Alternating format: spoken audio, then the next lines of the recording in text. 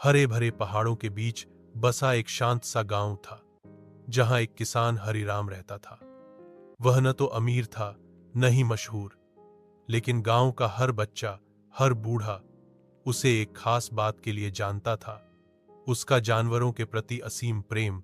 हरिराम अकेला एक छोटे से मिट्टी के घर में रहता था, जिसके चारों ओर गेहूं और सब्जियों के खेत फैले हुए थे।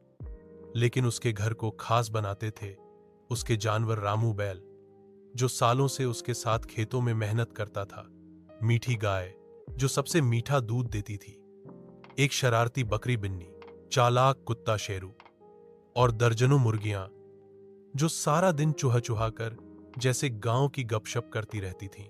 हर सुबह हरिराम खुद खाने से पहले अपने जानवरों को खाना खिलाता था। वह उनसे ऐसे बातें करता जैसे वो उसके अपने बच्चे हों। मीठी, अपना चारा पूरा खा ले, नहीं तो दूध कैसे देगी। शेरू, आज मुर्गियों के पीछे मत। और जानवर भी उसके प्रेम को समझते थे। वे उसकी आवाज, उसके भाव, यहां तक कि उसकी चुप्पी भी पहचानते थे। एक साल गांव में भयानक सूखा पड़ा। धरती फट गई, कुएं सूख गए और कई किसानों ने भूख से बचने के लिए अपने जानवर बेच दिए।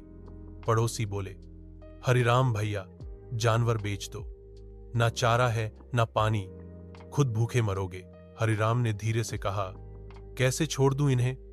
हमने साथ खाया, साथ कमाया, साथ जिया है। अगर ये चले गए तो मैं जीकर क्या करूंगा।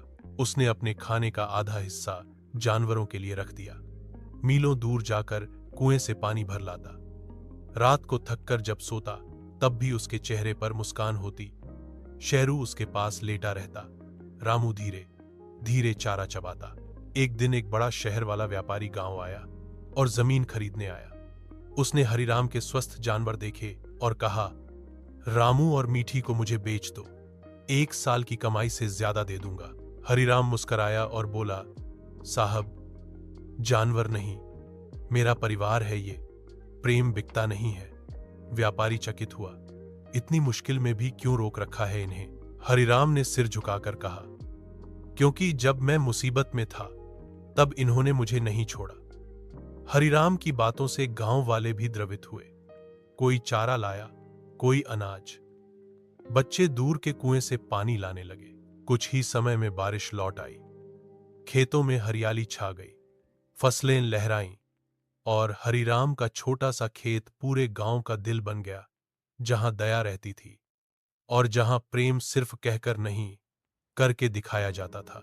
सालों बाद उसके घर के बाहर एक तख्ती लगाई गई, जिस पर लिखा था, हरिराम का खेत, जहां हर जानवर है परिवार।